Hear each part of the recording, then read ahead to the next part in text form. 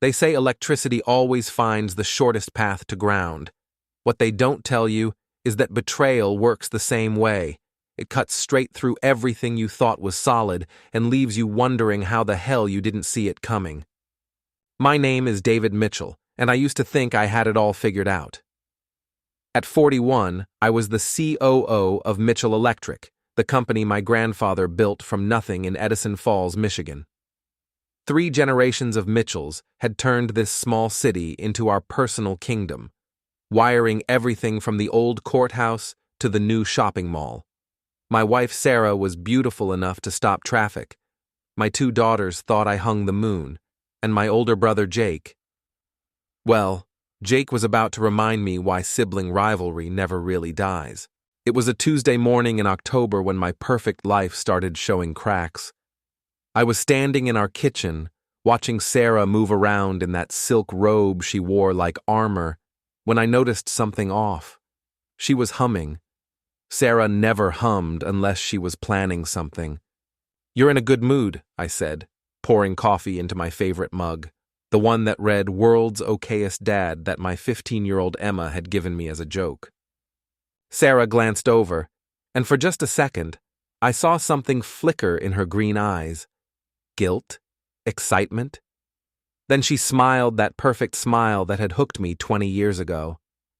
Can't a woman be happy on a beautiful morning? Beautiful morning. It was gray and drizzling, typical Michigan fall weather that made everyone want to crawl back into bed. But I let it slide because that's what you do when you've been married for 18 years. You pick your battles. "Dad, can you drive me to school?" My 13-year-old Megan bounced into the kitchen, backpack slung over one shoulder. "Mom said she has an early meeting." I looked at Sarah, who was suddenly very interested in her phone. "What kind of meeting?" "Just business stuff with your brother." Nothing exciting. She grabbed her purse and keys. "I'll see you tonight." "Don't wait up if I'm late. We might grab dinner to discuss the Henderson project." The Henderson project. A small rewiring job for a local restaurant that could be handled by any of our junior electricians. But Jake had been personally overseeing it for weeks, which was like watching a brain surgeon perform a hangnail removal. After Sarah left, I drove Megan to school, listening to her chatter about some drama with her friends. Kids that age think their problems are the end of the world. They have no idea what real problems look like. At the office, I found Jake in the conference room, feet up on the mahogany table our father had bought in 1987. He was 3 years older than me, 6 inches taller, and had inherited all the charm that seemed to skip my generation. Where I was the nuts and bolts guy who made sure jobs got done right, Jake was the face of the company, the one who schmoozing clients and closing deals. "Morning, little brother," he grinned, not bothering to move his feet. "How's Sarah?" Something in his tone made my coffee taste bitter. "Fine." "She said you two have a meeting about Henderson." "Right, Henderson." Jake's smile widened. "That's going to be a long one, very hands-on project." I stared at him, looking for hidden meaning in his words. But Jake had always been impossible to read. Even as kids, he could lie with the face of an angel and make you believe black was white. The morning crawled by with the usual routine, checking job sites, reviewing bids, dealing with the endless paperwork that came with running a business. But I couldn't shake the feeling that something was wrong. It was like having a loose wire somewhere in the walls. You couldn't see it, but you knew it was there, waiting to cause problems. Around noon, I decided to surprise Sarah with lunch. She loved the Italian place downtown, and maybe some good food and conversation would ease the weird tension I'd been feeling. I called her phone 3 times, but it went straight to voicemail. That's when I remembered Jake's assistant mentioning he'd be at the Henderson restaurant all day. Perfect. I could kill 2 birds with 1 stone. The Henderson Bistro was a small place on Main Street, the kind of family-owned restaurant that had been serving the same menu for 30 years. I parked across the street and looked for Jake's truck or Sarah's BMW. Neither was there. Inside, I found Tony Henderson wiping down tables. "Hey, David, what brings you by?" "Looking for my brother. Thought he was working here today." Tony shook his head. "Haven't seen Jake in over a week. We finished that electrical work last month. Everything's running perfect. My stomach dropped like I'd touched a live wire. Last month? Yeah, early September. Jake did a great job, but it was pretty straightforward. Took maybe 3 days total. I drove back to the office in a daze, Jake's words echoing in my head. Very hands-on project. The son of a bitch had been lying about Henderson for weeks. But why? And where was Sarah? Jake wasn't in his office when I got back. His assistant, a nervous kid named Brian, said he'd left for an extended lunch meeting. I sat in my office, staring at the wall of family photos. 3 generations of Mitchell men standing in front of various job sites, arms around each other's shoulders, big smiles that now looked fake as hell. My phone buzzed with a text from Sarah. Running late tonight. Don't wait up. Love you. Love you. 2 words that used to make me smile now felt like a slap in the face. I spent the afternoon making calls, checking on actual job sites, trying to focus on work. But my mind kept wandering to Sarah's humming, Jake's smirk, and that mysterious meeting that didn't exist. At 6 o'clock, I picked up the girls from their after-school activities. Emma was quiet during the drive home, which was unusual for my normally chatty teenager. Dad, she said as we pulled into our driveway, is everything okay with you and Mom? The question hit me like a punch to the gut. Why would you ask that? I don't know. She's been acting weird lately. Always on her phone, going out more. And you seem sad. Out of the mouths of babes. If a 15-year-old could see something was wrong, how had I been so blind? Everything's fine, sweetheart. Just work stress. But as I tucked Megan into bed that night and helped Emma with her math homework, I knew everything was far from fine. Sarah still wasn't home at 10 o'clock, and her phone was going straight to voicemail again. I poured myself a bourbon and sat in my home office, surrounded by the life I'd built. Awards from the Chamber of Commerce, photos of completed projects, my electrical engineering degree from Michigan Tech. Everything I'd worked for, everything I thought was solid, suddenly felt fragile as spun glass. That's when I saw it. Sarah's laptop, sitting open on the desk. She must have forgotten to close it before rushing out to her mysterious meeting. The screen was dark, but when I touched the trackpad, it lit up with her email inbox. I knew I shouldn't look. 18 years of marriage should count for something, right? Trust, respect, all those vows we'd made in front of God and family. But I looked anyway. The first email made my blood run cold. It was from Jake, sent just that morning. Can't wait for tonight. Hotel room is booked. This time, we won't have to rush. I scrolled down, finding weeks of messages between my wife and my brother. Intimate messages, planning messages, messages that made it clear this wasn't some sudden affair. It was a calculated betrayal that had been going on for months. The worst part? They were laughing about me. Jake's email from last week. David's so clueless. Yesterday he asked if I thought you seemed happy lately. I told him you were probably just excited about redecorating the kitchen. Sarah's response. Poor David. He tries so hard to be the perfect husband. If only he knew his perfect wife was screaming your name last Tuesday. I closed the laptop and finished my bourbon in one burning gulp. Then I poured another and another. By the time Sarah came home at midnight, smelling like expensive cologne that wasn't mine, I was sitting in the dark living room, thinking about electricity and the shortest path to ground. David, why are you sitting in the dark? I turned on the lamp beside my chair, watching her face change as she saw my expression. How was your meeting? It was productive. We made a lot of progress on the Henderson project. Funny thing about that project, Sarah. I stopped by Henderson's today. Tony says you guys finished that job in September. Even in the dim light, I could see the color drain from her face. But Sarah had always been quick on her feet. Oh, that project. We're working on a different one now, a bigger job. What's the address? What? The address of this bigger job. I'd like to stop by tomorrow, check on the progress. Sarah's mouth opened and closed like a fish out of water. I don't remember the exact address. Jake handles all those details. Right. Jake handles all the details.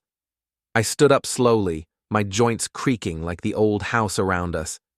Tell me, Sarah, when did you decide I wasn't enough?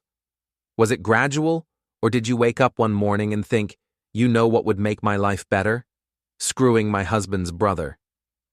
The words hung in the air between us like smoke. Sarah's face went through a dozen expressions: shock, denial, anger, and finally, something that might have been relief. David, I can explain. Can you? Can you explain 18 years of marriage, 2 beautiful daughters, and a life we built together? Can you explain why my own brother felt entitled to take what was mine? Can you explain why I'm the last person in Edison Falls to know that my wife is the town whore? The slap came fast and hard, snapping my head to the side. My cheek burned, but not as much as the rage building in my chest.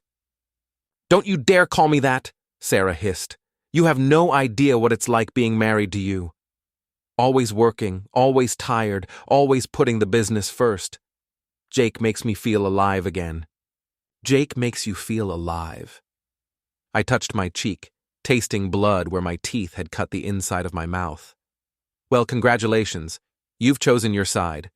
I walked toward the stairs, then paused. Oh, and Sarah? Pack your bags. I want you out of my house by tomorrow night. You can't throw me out. This is my home, too. I turned back to look at her. Really look at her. The woman I'd loved for 2 decades, the mother of my children, the person I'd trusted with every secret, every fear, every dream. Now she was just a stranger wearing my wife's face. Actually, I can. This house is in my name only, remember? We bought it with my inheritance from Grandpa Mitchell. You wanted to put both names on the deed, but my lawyer advised against it for tax purposes. Funny how these things work out. I left her standing in the living room and went upstairs to our bedroom, my bedroom now. Through the thin walls, I could hear her on the phone, probably calling Jake, probably crying about how mean I was being. As I lay in bed that night, staring at the ceiling, I thought about electricity again, about how it always finds the shortest path to ground, no matter what stands in its way. Wood, metal, human flesh, it doesn't matter. Electricity takes what it wants and burns everything else. Tomorrow, I decided, it was time to become the storm. I woke up at 5 a.m. with the clarity that only comes from having your world destroyed and rebuilt in the span of 12 hours. Sarah was gone. Her side of the bed hadn't been slept in, and her car wasn't in the driveway. Probably spent the night at Jake's penthouse downtown, celebrating their victory. The girls were still asleep, and I wanted to keep it that way for as long as possible. They'd have to know eventually, but not today. Today was about gathering intelligence and planning my counterattack. I made coffee and sat in my office, Sarah's laptop still on the desk, like evidence at a crime scene. I opened it again, steeling myself for another dive into the wreckage of my marriage. But this time, I wasn't looking for emotional torture. I was looking for ammunition. Jake and Sarah had been careless, probably thinking I was too trusting or too stupid to check. Their emails painted a picture of an affair that went back 6 months, with detailed planning that would make a military strategist proud. Hotel reservations, fake business meetings, even a weekend getaway to Chicago that Sarah had told me was a spa trip with her sister. But the real goldmine was in Sarah's financial emails. She'd been moving money, our money, into a separate account. Small amounts at first, then larger chunks as she got bolder. The account statements showed over $40,000 had been transferred in the past 3 months. I printed everything, creating a paper trail that would make my divorce lawyer very happy. Then I dug deeper, looking for any other surprises my loving wife might have left me. That's when I found the real estate emails. Sarah and Jake had been looking at houses. Not just any houses. Expensive houses in the next town over, far enough from Edison Falls to avoid the gossip, but close enough for Jake to still run the business. They'd even put in an offer on a colonial with 5 bedrooms and a 3-car garage. The offer was for $800,000, and according to the email chain, they were planning to pay cash. Cash that would come from Jake's share of Mitchell Electric. I sat back in my chair, the pieces clicking together like a perfectly wired circuit. This wasn't just an affair. It was a hostile takeover. Jake wasn't just stealing my wife, he was planning to steal my company and leave me with nothing. The front door opened, and I heard Sarah's heels clicking on the hardwood floor. She was trying to be quiet, probably hoping to sneak upstairs and pretend last night never happened. I waited until she reached the top of the stairs before calling out, "Sarah, my office, now." She appeared in the doorway a minute later, still wearing yesterday's clothes but with fresh makeup. Trying to look composed, but I could see the fear in her eyes. "David, we need to talk about this rationally. Sit down." She perched on the edge of the chair across from my desk like a bird ready to take flight. I turned the laptop screen toward her, showing the real estate emails. "Nice house? 5 bedrooms seems like a lot for just you and Jake, though. Planning on having kids together?" Sarah's face went white. "You went through my private emails? Your private emails about stealing my money and my company?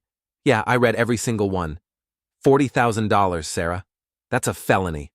That money is half mine." "Actually, it's not. See, Michigan is a complex property state, and since you've been unemployed for the past 10 years, all marital assets are considered separate property earned by the working spouse, especially when one spouse is planning to abandon the marriage." I pulled out the printed emails and spread them across the desk like playing cards. "Your boyfriend's been coaching you on more than just infidelity, hasn't he?" This whole thing was his idea. Sarah's composure finally cracked. "Jake loves me. He sees me as more than just a housewife and mother. He values me. He values you at $800,000, apparently.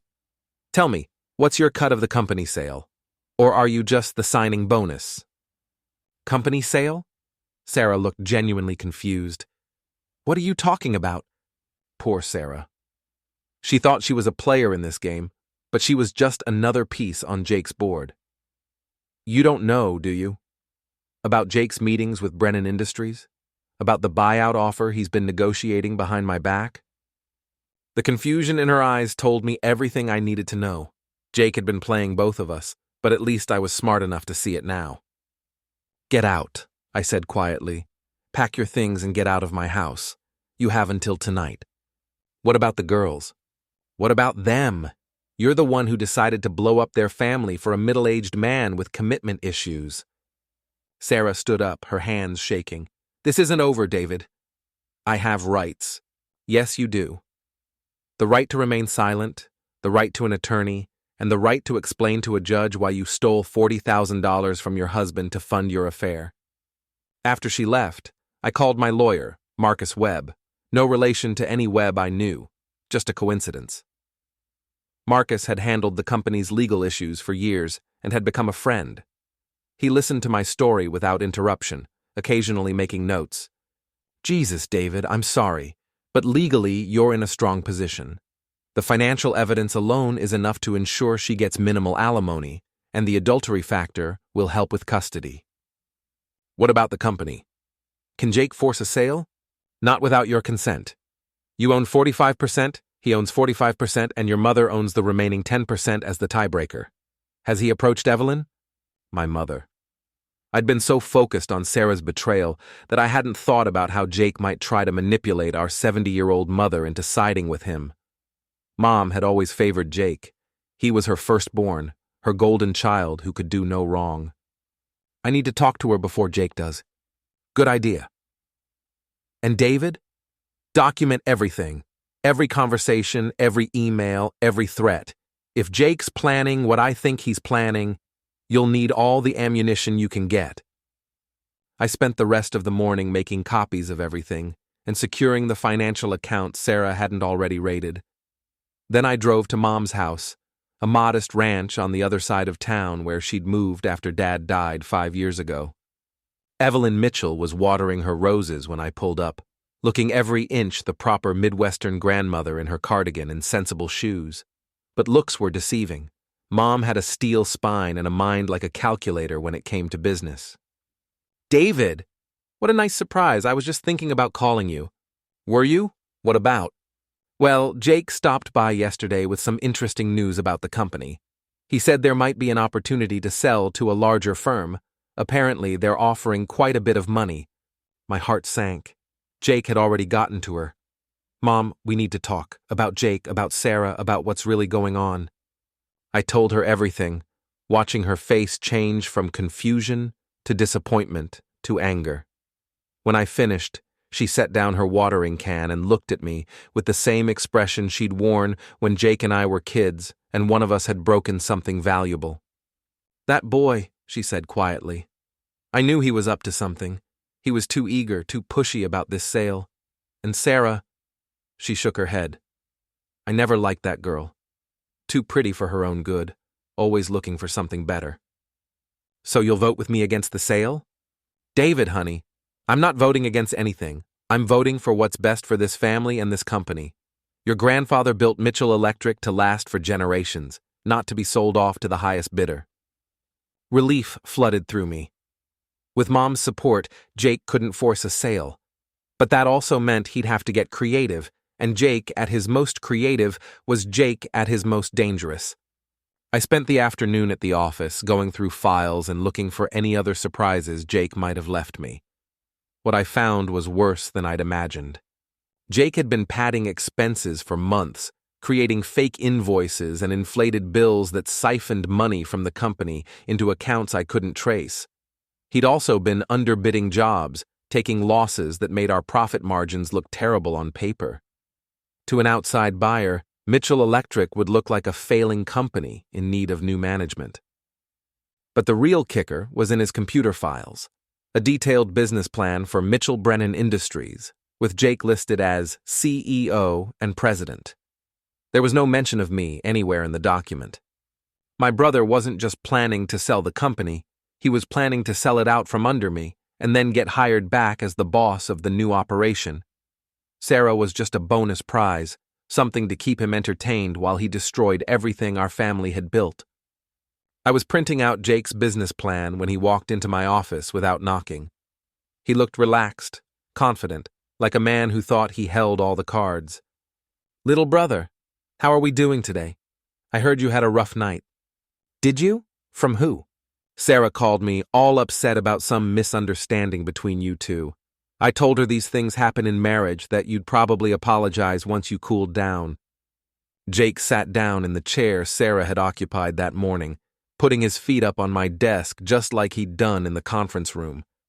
The casual arrogance of it made my vision go red around the edges. Apologize for what exactly? For catching my wife and my brother planning to steal my company and my money? Steal? Jake laughed, a sound like breaking glass.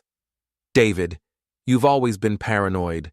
Sarah and I are just friends helping each other through difficult times. And as for the company, I'm trying to make us all rich. Brennan Industries is offering $12 million. Even after taxes, we're looking at $4 million each. Funny thing about that business plan on your computer, Jake. The one where you're listed as CEO of the new company and I'm not mentioned at all. For the first time, Jake's confidence wavered. You went through my computer? I went through everything. The fake invoices, the padded expenses, the real estate offers, the bank accounts. You've been planning this for months, haven't you? Jake's feet came off my desk, and he leaned forward with an expression I remembered from childhood, the look he got right before he did something that would get us both in trouble. You always were too smart for your own good, David. But not smart enough to see what was right in front of you. Sarah. Sarah was just the beginning. You think this is about sex? About some middle-aged affair? This is about you finally learning your place in the family hierarchy. Which is second. You've always been second, little brother. Second born, second choice, second best.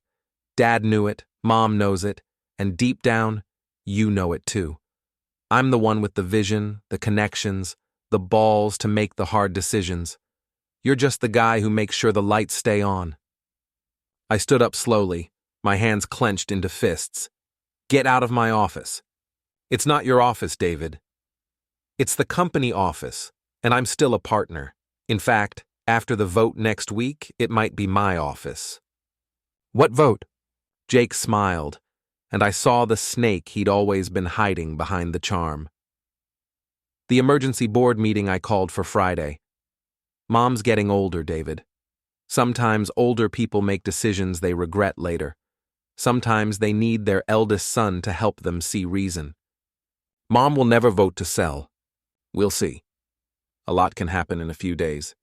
After Jake left, I sat in my office staring at the wall of family photos again. 3 generations of Mitchell men, all smiling, all pretending to be a happy family. But families are like electrical circuits. One bad connection can burn down the whole system. I picked up my phone and called Marcus Webb. Marcus, it's David. I need you to do something for me, and I need you to do it quietly. What do you need? I need you to find out everything you can about Jake's finances, bank accounts, investments, debts, everything. And I need you to look into Brennan Industries, who they are, what they really want, and why they're so interested in a small electrical company in Michigan. David, what are you planning? I looked at the photos on my wall one more time, then turned them face down on the desk. I'm planning to teach my brother about electricity, Marcus. About how it always finds the shortest path to ground, no matter what gets burned along the way. Friday morning arrived like a death sentence. The emergency board meeting was scheduled for 10 a.m., and I'd spent the entire week preparing for war. Marcus had worked miracles, digging up information that painted a very different picture of Jake's master plan. Brennan Industries wasn't the legitimate company Jake had claimed. They were a front operation for a group of investors who specialized in buying family businesses, stripping their assets, and selling off the pieces. The $12 million offer was real, but it came with strings that would leave our employees jobless and our reputation in ruins. More importantly, Marcus had discovered that Jake was in serious financial trouble. His penthouse was mortgaged to the hilt, his credit cards were maxed out, and he owed money to some very unpleasant people in Detroit. The sale wasn't about vision or family hierarchy, it was about desperation.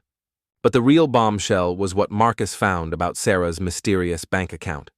The $40,000 she'd stolen from our joint account had been transferred to Jake, who'd immediately used it to pay down his most pressing debts.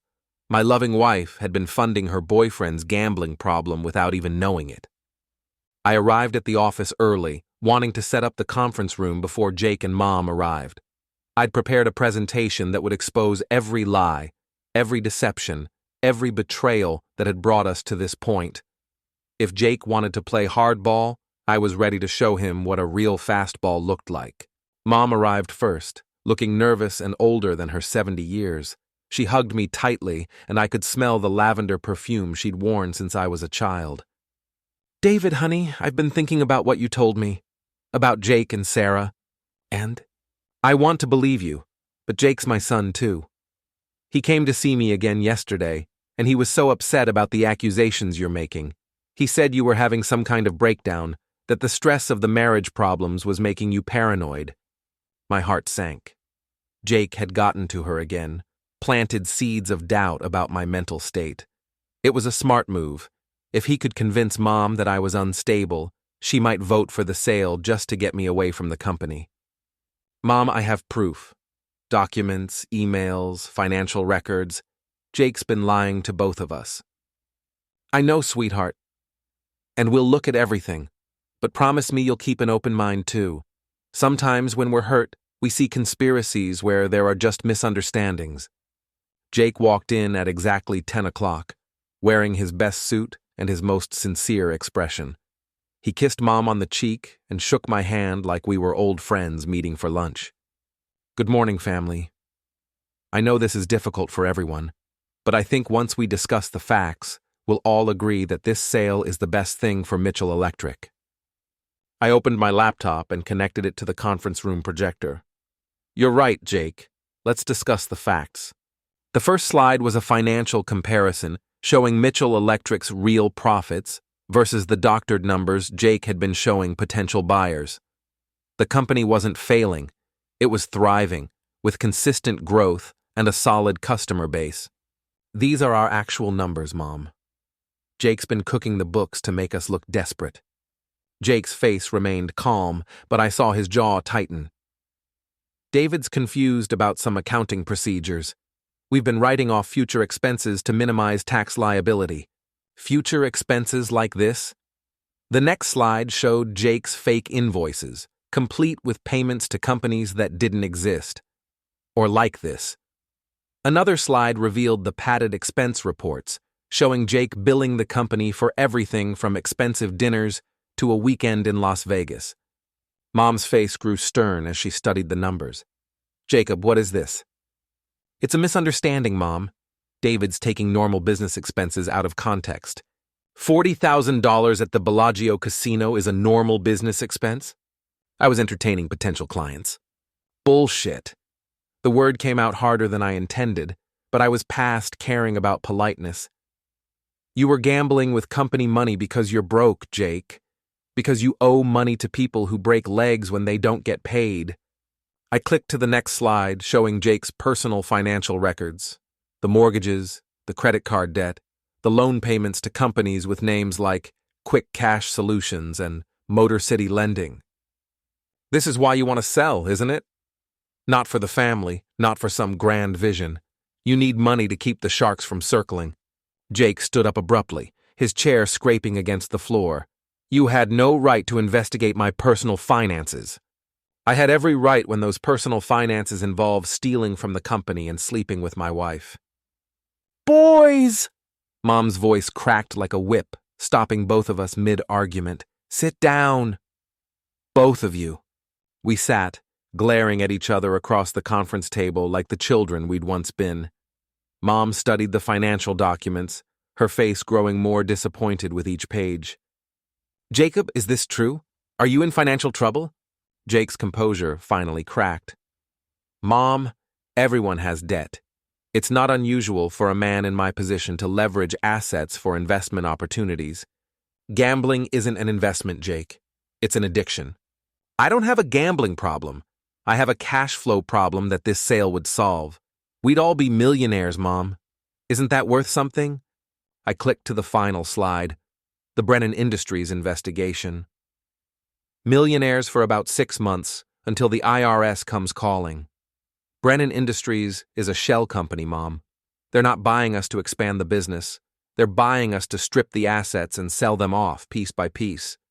The room fell silent except for the hum of the projector fan. Mom studied the information about Brennan Industries, her lips pressed into a thin line. Jacob, did you know about this? It doesn't matter what happens after the sale. We'll have our money. It matters to me. Mom's voice rose to a shout, something I'd rarely heard in my 41 years. Your grandfather built this company to last. He wanted it passed down to his grandchildren, not sold off to vultures. Jake played his last card. Mom, David's not thinking clearly. The stress of his marriage falling apart has made him paranoid and vindictive. He's seeing enemies everywhere, making accusations without proof. The proof is right there on the screen, Jake. Financial documents can be misinterpreted. And as for Sarah, Jake's voice took on a tone of wounded innocence. She came to me for comfort when her marriage was failing. David's turned a friendship into something ugly because he can't accept that his wife was unhappy. I felt my control slipping, the rage building like an electrical overload. Friendship? Is that what you call the hotel receipts? The weekend in Chicago? The emails where you laughed about how clueless I was? What emails? Mom looked between us, sensing there was more to the story. I opened Sarah's laptop, which I'd brought as evidence, and pulled up the email chain between her and Jake. Read them, Mom. Read how they planned their affair, how they laughed about deceiving me, how they moved money around to fund their new life together. Mom read in silence, her face growing paler with each message. When she finished, she closed the laptop and looked at Jake with an expression I'd never seen before. Complete disappointment mixed with disgust. Jacob Mitchell, you are no son of mine. Mom, you don't understand. I understand perfectly. You stole from the company, you destroyed your brother's marriage, and you tried to manipulate me into selling your grandfather's legacy to cover your gambling debts. Jake's mask finally slipped completely, revealing the desperate, angry man underneath. You always took his side. David the golden boy, David the responsible one. Well, where did responsibility get him? His wife was so bored she came looking for a real man. I was out of my chair and around the table before I realized I was moving. My fist connected with Jake's jaw, sending him stumbling backward into the wall. The family photos rattled in their frames, and one crashed to the floor, glass scattering across the carpet. "David!" Mom shouted, but I was past hearing. I grabbed Jake by his expensive tie and pulled him close enough to smell the fear on his breath. "You want to know about responsibility, big brother? I'm responsible for keeping this family together while you tore it apart. I'm responsible for building something that lasts while you gambled it away. And now I'm responsible for making sure you never hurt anyone I love ever again." I released him, and he slumped against the wall, blood trickling from his split lip. "The vote is over, Jake. Mom and I control 60% of the company. You're out. You can't fire me. I'm a partner. Not anymore." I turned to Mom, who was staring at both of us with tears in her eyes. "Mom, I'm calling for a vote to remove Jake from all positions in Mitchell Electric, effective immediately." "Seconded," she whispered. "All in favor?" Mom and I raised our hands. Jake remained slumped against the wall, defeated. "Motion carries. Security will escort you out, Jake. Don't come back." But Jake wasn't finished. As I reached for the phone to call security, he pushed himself off the wall with a snarl. "You think this is over? You think you've won? Sarah's pregnant, David. She's carrying my child, and there's nothing you can do about it." The words hit me like a physical blow. Sarah, pregnant with Jake's baby. Another betrayal, another knife in the back when I thought there were no more wounds left to inflict. "You're lying." "Am I?" "Ask her yourself." "Oh, wait, you can't. She moved in with me yesterday. Guess she finally figured out which brother could give her what she really wanted." I felt something break inside me, some final restraint that had been holding back the storm. The rage wasn't white-hot anymore. It was cold, calculating, surgical. "Get out," I said quietly. "Get out before I do something we'll both regret." Jake straightened his tie and walked toward the door, his confidence returning now that he'd delivered his final blow. "This isn't over, little brother. I'll fight the termination, tie up the company in lawsuits for years. You'll spend more on lawyers than the business is worth." "Maybe, but at least I'll still have my integrity." "Integrity doesn't pay the bills, David. And it sure as hell doesn't keep your wife satisfied." After Jake left, I sat in the conference room with Mom, both of us staring at the broken glass on the floor. The family photo that had fallen showed the three of us at last year's company picnic, Dad, Jake, and me, standing in front of the Mitchell Electric banner, arms around each other's shoulders, all smiles. "I'm sorry, David," Mom said finally. "I should have seen what he was becoming." "We all should have, but it's over now." "Is it?" What he said about Sarah. I picked up the pieces of broken glass, cutting my finger on a sharp edge. A drop of blood fell onto Dad's face in the photo, and I wondered what he would have thought about his sons destroying everything he'd helped build. "I don't know, Mom. I honestly don't know." But as I sat there, bleeding on the ruins of my family, I realized that Jake was wrong about one thing. This wasn't over. It was just beginning. And when the dust settled, everyone would understand that electricity always finds the shortest path to ground, even if it has to burn down everything in its way. The pregnancy test was positive. I found it in the master bathroom trash can when I got home from the office, still in its plastic wrapper with 2 pink lines glaring at me like accusation marks. Sarah had left it there on purpose. She wanted me to find it, wanted me to know that Jake's parting shot hadn't been just another lie. I sat on the edge of the bathtub, holding the test in my trembling hands, and tried to process what this meant. My wife was carrying my brother's child. The woman I'd loved for 18 years, the mother of my daughters, was going to have another man's baby. Emma found me there 20 minutes later, still staring at the plastic stick like it might change its mind. "Dad, what's wrong?" I looked up at my 15-year-old daughter, my brilliant, beautiful girl who was about to learn that her world was even more broken than she'd imagined. "Where's your sister?"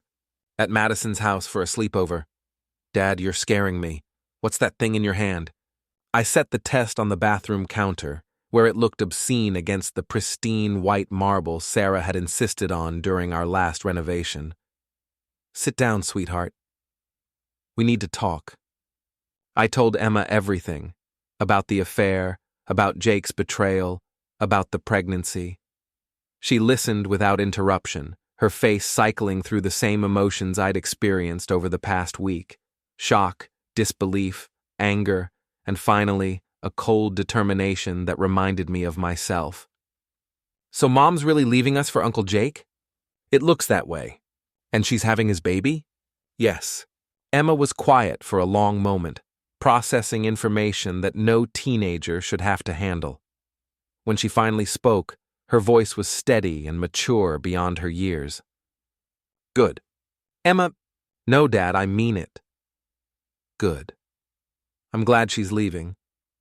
Do you know what it's been like watching you try so hard to make her happy? Watching her treat you like you were some kind of servant whose only job was to pay for her lifestyle?" I stared at my daughter, seeing her clearly for the first time in months. "How long have you known?" "That she was cheating?" "Since summer. I saw her and Uncle Jake at the mall together, holding hands like teenagers. When I confronted her, she said it was complicated and that I wouldn't understand." "Why didn't you tell me?" Emma's eyes filled with tears. "Because I hoped I was wrong. Because I wanted our family to stay together. Because I was scared of what would happen if you found out." I pulled her into a hug, breathing in the scent of her shampoo and remembering when she was small enough to sit on my lap during thunderstorms. "I'm sorry you had to carry that alone." "What happens now?" "Now we figure out how to move forward, just the three of us." "What about the baby?" "The baby, Jake's child, but also my daughter's half-sibling. Another complication in an already impossible situation." "I don't know, sweetheart. That's between your mother and Jake." But even as I said it, I knew it wasn't that simple. Nothing about this situation was simple. The next morning, I drove to Jake's penthouse downtown. I needed to see Sarah, needed to hear from her own mouth that she was really going to destroy our family for a man who'd thrown her under the bus the moment it became convenient. Jake's building was one of those converted warehouses that developers marketed to young professionals with more money than sense. All exposed brick and industrial fixtures, designed to look urban and sophisticated. Sarah had always loved it, said it was more exciting than our suburban house with its manicured lawn and family-friendly neighborhood. The doorman recognized me and let me up without calling ahead. I knocked on Jake's door, and Sarah answered wearing one of his dress shirts and nothing else. She looked younger somehow, or maybe just different. The pregnancy wasn't showing yet, but there was something in her face that I'd never seen before, a kind of reckless happiness that made her beautiful and terrible at the same time. "David, what are you doing here?" "We need to talk." "I don't think that's a good idea. Jake's in the shower and—" "I don't give a damn where Jake is. We need to discuss the girls, the divorce, and the baby." Sarah's hand moved instinctively to her stomach. "Jake told you." "He told me. Is it true?" "Yes." "How far along?" 8 weeks. I did the math in my head. 8 weeks ago, Sarah and I had still been sharing a bed. We'd even made love that weekend, a rare moment of intimacy that I'd hoped meant we were reconnecting. "Is there any chance—" "No." Sarah's voice was firm, cutting off the question before I could finish it. "It's Jake's. We've been together since July. July, our anniversary month. While I'd been planning a romantic dinner to celebrate 18 years of marriage, my wife had been planning her escape with my brother." "Why, Sarah? Just tell me why." She leaned against the doorframe, and for a moment she looked like the young woman I'd fallen in love with in college. "Do you remember the last time you looked at me, David? Really looked at me, not just glanced up from your work or your phone or whatever project was consuming you that week?" "I looked at you every day." "No, you looked through me. I was part of the furniture, part of the routine. Get up, drink coffee, kiss the wife, go to work, come home, eat dinner, watch TV, go to bed. Rinse and repeat for 18 years. That's called being married, Sarah. That's called building a life together. That's called being dead while you're still breathing. Sarah's voice rose, and I heard the shower turn off in the background. Jake sees me. He wants me, not just as a mother or a housekeeper or a trophy wife, but as a woman. Jake wants you as a way to hurt me. The minute he gets bored or finds someone younger, you'll be yesterday's news. You're wrong. Am I? Ask him about his gambling debts, Sarah. Ask him about the money he stole from the company. Ask him about the $40,000 he took from our joint account to pay off loan sharks. Sarah's face went pale. What are you talking about? The money you transferred to that separate account? Jake used every penny to pay down his debts. You've been funding his addiction without even knowing it. That's not true. Jake said that money was for our future, for the house we're buying. What house, Sarah? The one you can't afford because Jake's broke? The one that was supposed to be paid for with money from selling Mitchell Electric to a company that doesn't exist? I saw the doubt creeping into her eyes, the first crack in the fantasy Jake had built for her.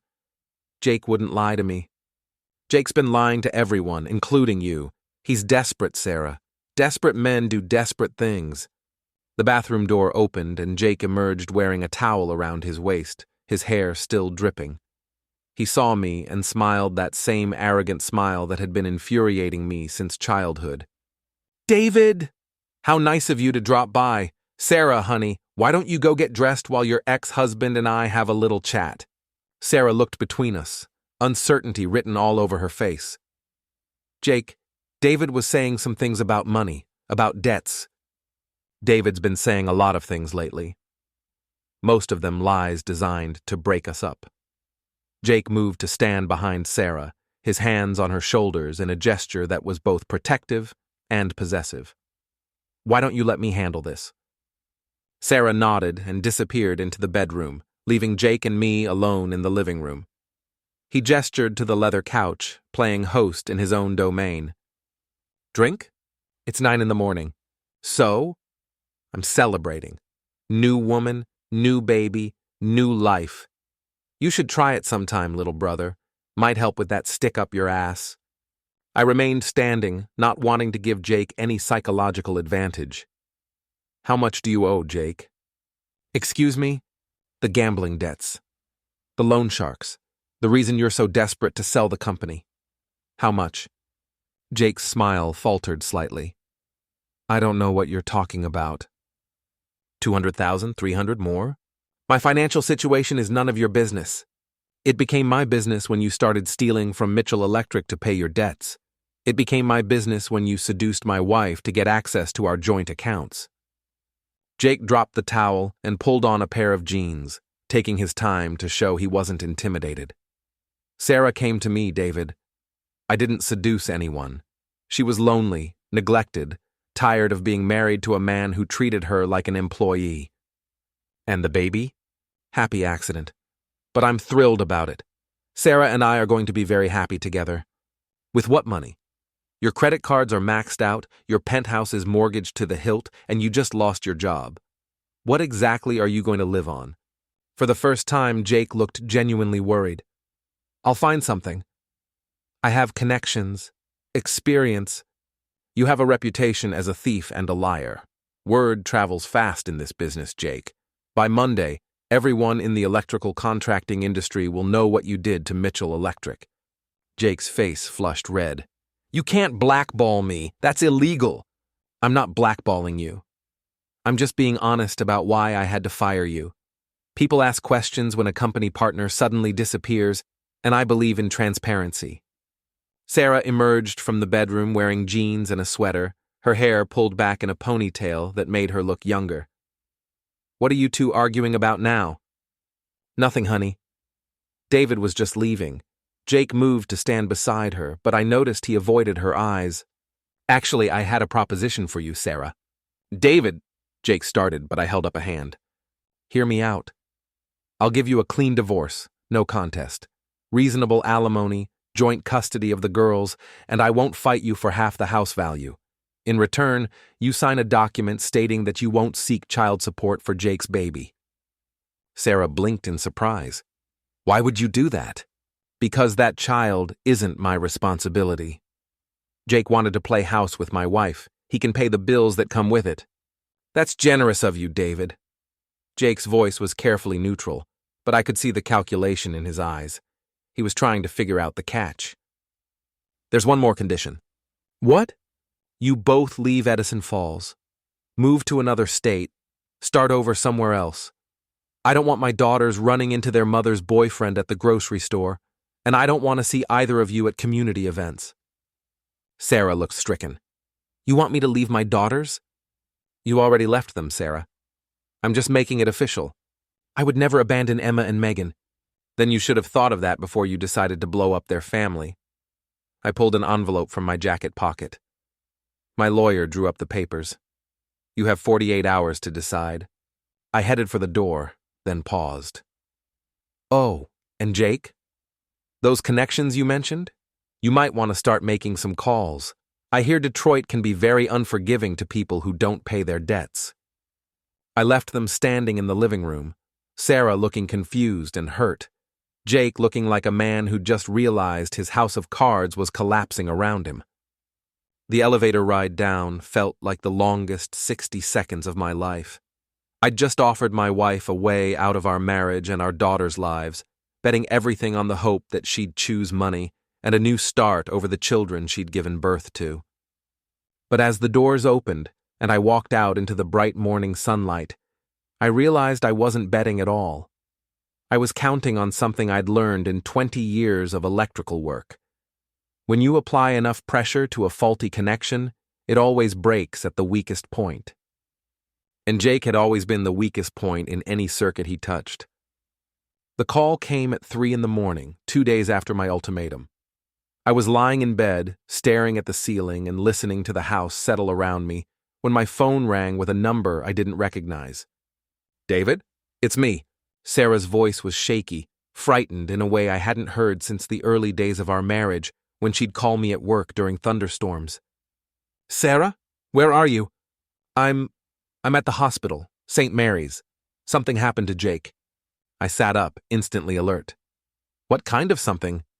He was beaten up, badly. They broke his legs, David. Both of them. The loan sharks. Jake's debts had finally caught up with him, and someone had decided to send a message about the importance of timely payments. Are you hurt? No, I wasn't with him. He was leaving his office building when it happened. The police think it was a robbery, but... Her voice trailed off. But you know better. David, I'm scared. What if they come after me? What if they think I have access to money?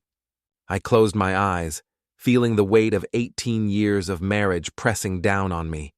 Despite everything she'd done, Sarah was still the mother of my children, still someone I'd once loved enough to promise to protect forever. Where are you now, exactly? In the waiting room. Jake's in surgery. They said it could take hours. I'll be there in 20 minutes. I threw on clothes and drove through the empty streets of Edison Falls, past the houses where normal families were sleeping peacefully, unaware that their neighbor's world was imploding in real time. The hospital parking lot was nearly empty, just a few cars belonging to staff and people dealing with the kind of emergencies that couldn't wait for daylight. I found Sarah in the surgical waiting room, huddled in a plastic chair with a cup of coffee growing cold in her hands. She looked smaller somehow, fragile in a way that reminded me of the young woman I'd married. How bad is it? Compound fractures in both legs, internal bleeding. The doctor said... She started crying, the kind of deep, body-shaking sobs that come from fear and shock and the sudden realization that actions have consequences. I sat down beside her, not touching, but close enough that she could feel my presence. Sarah, I need you to listen to me very carefully. Those men who hurt Jake, they're not going to stop with broken legs. Jake owes them money he doesn't have, and they're going to keep escalating until they get paid. How much money? More than either of us can afford. More than Jake can ever pay back, even if he recovers completely. Sarah wiped her eyes with a tissue that had been shredded from overuse. What am I supposed to do? I can't just abandon him. You can, and you should. Take my offer, Sarah. Clean divorce, reasonable terms, and get out of town before this gets worse. What about the baby? What about it? Jake's going to be in the hospital for months, then physical therapy for months after that. Even if he recovers fully, he'll never work in this industry again. You'll be raising that child alone, with no money and no support system. You make it sound so hopeless. Because it is hopeless. Jake gambled everything and lost. Don't let him drag you down with him. A doctor in surgical scrubs emerged from the operating room, looking tired and grim. Mrs. Mitchell? Sarah stood up quickly. Yes? How is he? Your husband is stable, but the next 24 hours are critical. The internal bleeding was more extensive than we initially thought, and there was some nerve damage in his left leg. Even with the best possible recovery, he'll have limited mobility. Can I see him? He's sedated and will be for several hours. You might want to go home, get some rest. We'll call if there are any changes. After the doctor left, Sarah and I sat in silence for several minutes. The waiting room smelled like disinfectant and despair, and the fluorescent lights buzzed with the kind of electrical hum that made my teeth ache. He's not my husband, Sarah said finally. What? The doctor called me Mrs. Mitchell, but Jake's not my husband. You are, legally anyway. Not for much longer. David, I need to ask you something, and I need you to be honest. I turned to look at her, seeing the woman I'd fallen in love with 20 years ago, hiding behind the stranger who destroyed our marriage. What? If I sign your papers, if I take the divorce and leave town, will you help me disappear? Really disappear so those men can't find me? Why would I do that? Because despite everything I've done, despite how much I've hurt you, you're not the kind of man who lets the mother of his children get killed by loan sharks. She was right, and we both knew it. I could hate Sarah for her betrayal, could despise her choices and the pain she'd caused Emma and Megan, but I couldn't stand by and watch her get murdered. There's a condition. What? You give me full custody of the girls. No visitation, no contact until they're 18 and can decide for themselves if they want a relationship with you. Sarah's face crumpled. David, please. They're my daughters. They were your daughters. You gave up that right when you chose Jake over them. I never chose Jake over the girls. Didn't you? When you moved in with him, when you got pregnant with his child, when you decided to start a new life that didn't include Emma and Megan? Every choice you made put Jake first and your daughters second.